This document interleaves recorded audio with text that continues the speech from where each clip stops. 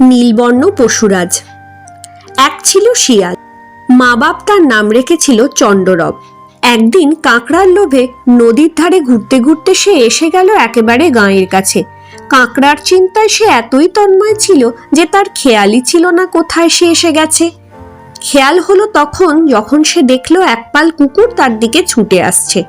বিপদ বুঝে চন্ডবর লেজ গুটিয়ে ছুটতে থাকলো।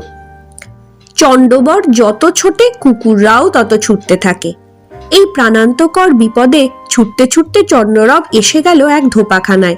ধোপাখানায় ছিল মস্ত এক গামলা নীল জল। চন্ডরব হোঁচট খেয়ে পড়ে গেল সেই গামলায়। কুকুররা আর তাকে খুঁজে না পেয়ে ঘেউ ঘেউ করতে করতে চলে গেল। এদিকে নীল জলে বসে থেকে চন্ডরব কেবল ভাবছে ধোপারা এসে গেলে তার আর রক্ষে নেই।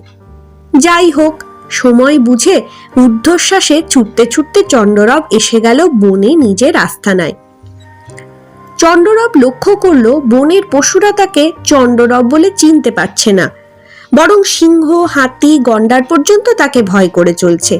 একদিন বনের পশুরা সব দলবল বেঁধে তাকে এসে জোর হাত করে বলল, প্রভু, আপনি কে বটেন?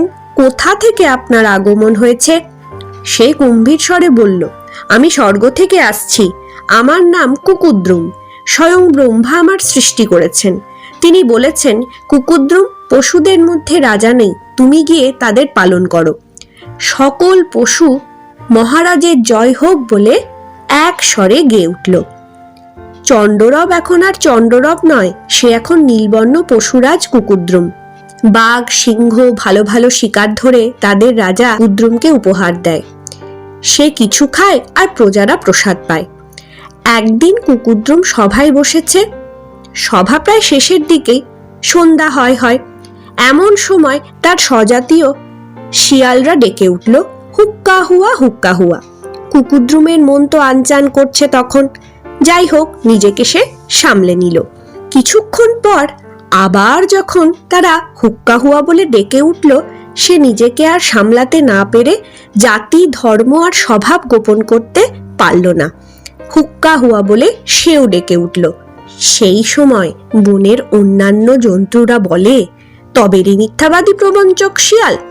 বাঘ, ভাল্লুক, সিংহ আর গন্ডার মিলে মহারাজ কুকুদ্রুম ওরফে চন্ডরবকে টুকরো টুকরো করে ফেলল।